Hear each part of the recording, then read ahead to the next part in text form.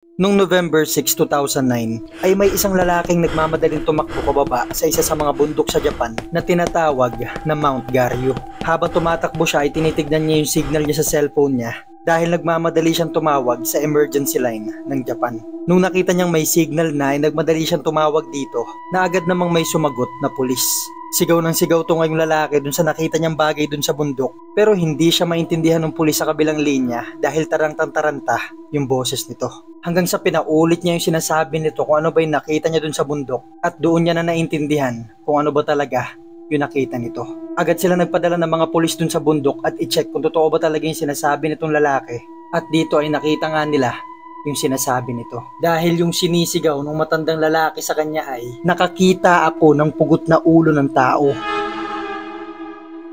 Sinubukan ngayon maglibot ng mga pulis dun sa lugar pero hindi nila makita yung katawan nito.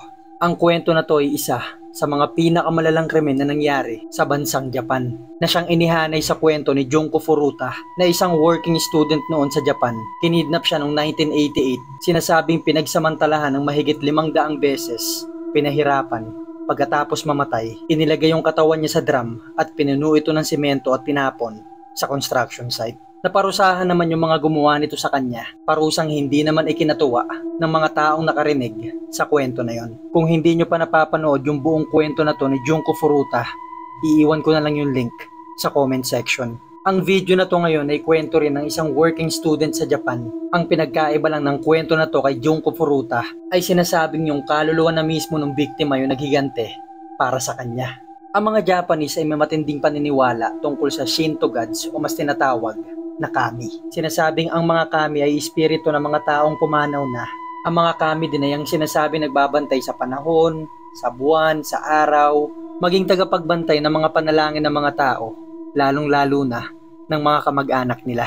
Kaya't matapos pumutok yung balita na to, ay napagdugtong-dugtong nila yung pangyayari at nasabi na lang nila na Shinto God sa may kagagawan kung ano man nangyari dun sa pumatay. Pero gaya ng alam natin, bawat bansa ay may iba-ibang paniniwala. Kung ang kwento na to ay kwento ng Shinto Gods para sa mga taga-Japan, isa naman ito nakakakilabot na kwento para sa mga Pilipino. At kung kagaya kitang mahilig makinig sa mga ganitong uri ng content, mga horror, mystery, mga solved and unsolved cases, ay ilike mo na tong video na to and don't forget to subscribe. Simulan na natin ang kwento. の一部が見つかった事件、広島から捜索の最新情報の報告です。広島県北広島町の我流山の林道の入り口です。今日の捜索は午後5時で終了し、私の後ろに張られていた規制線も現在は解かれています。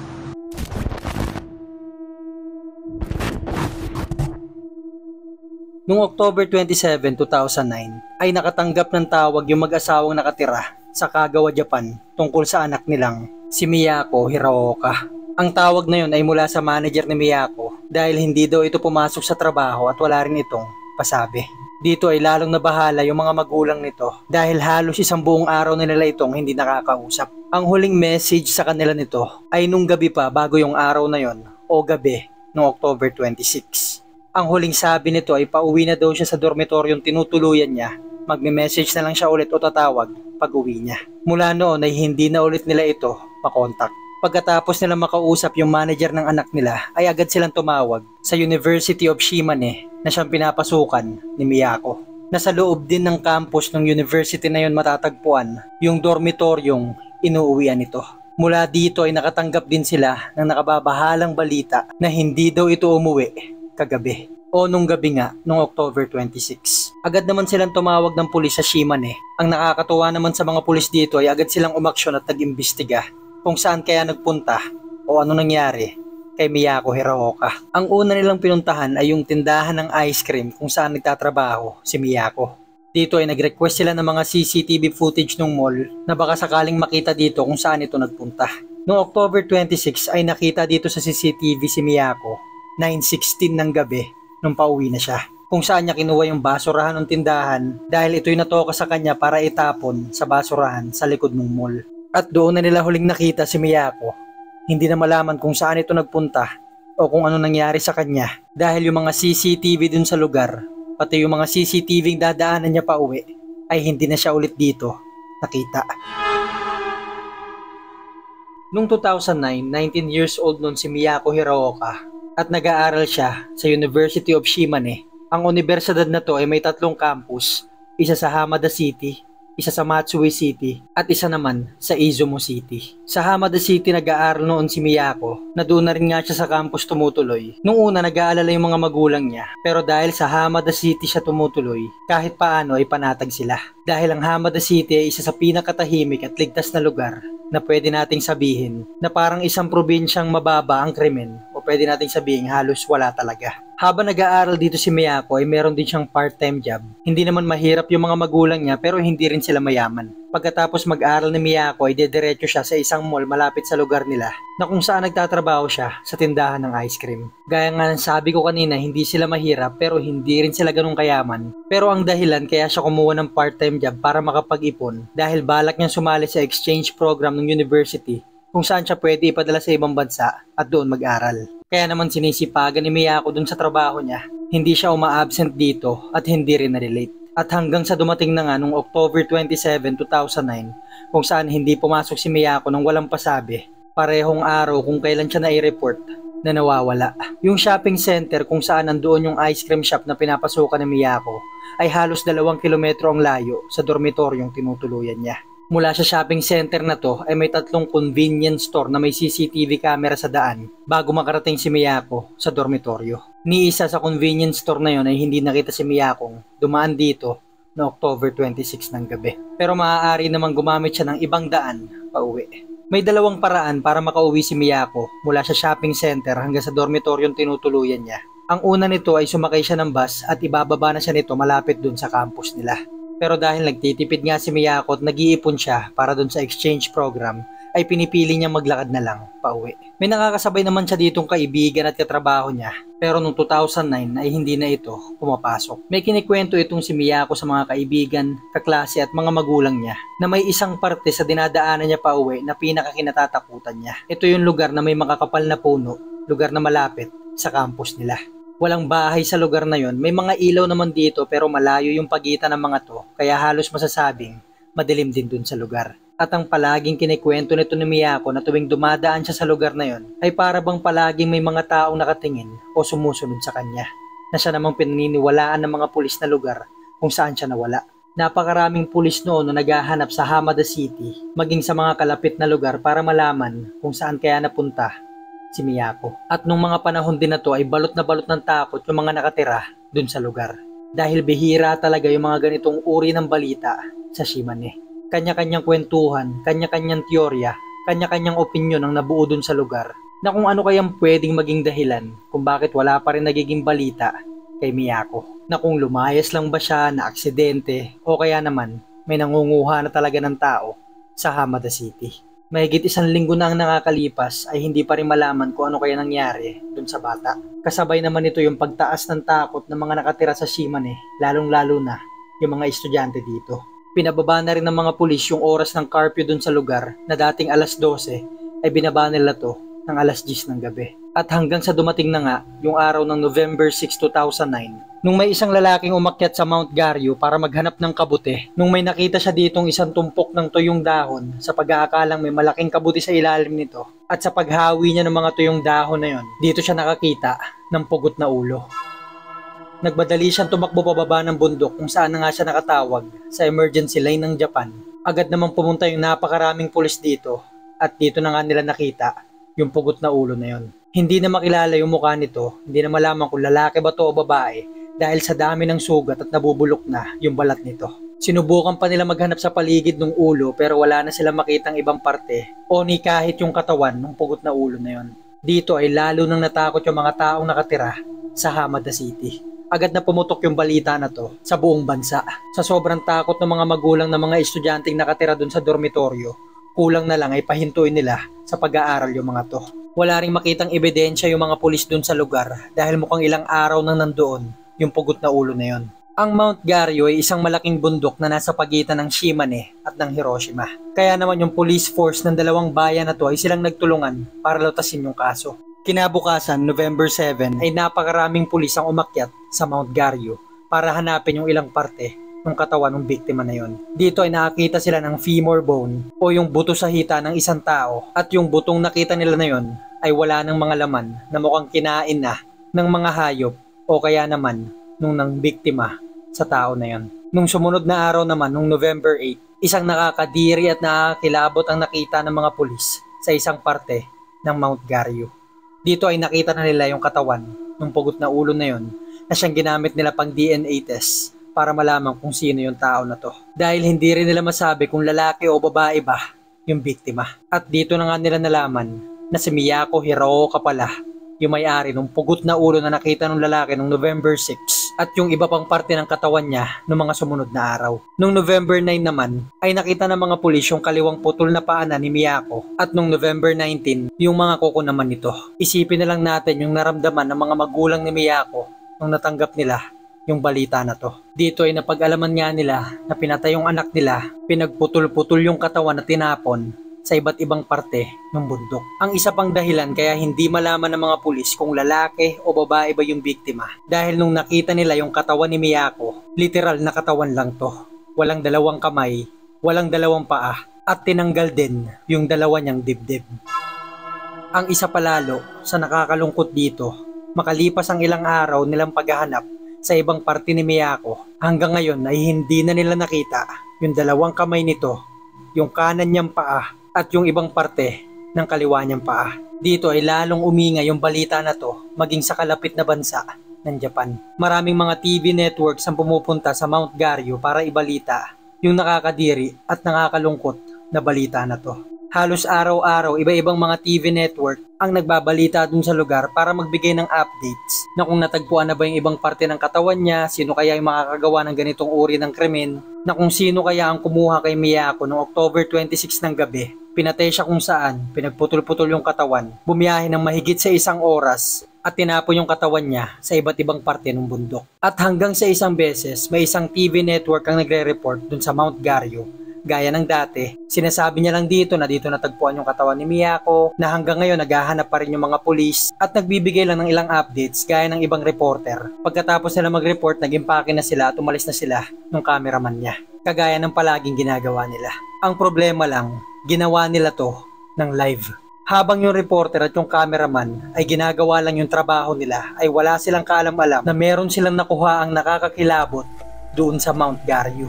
At dahil nga live yung balita na to, habang yung reporter at yung cameraman ay bising-bising ginagawa yung mga trabaho nila, yung mga taong nanonood naman ng live nung balita na yon ay kilabot na kilabot sila sa mga narinig nila.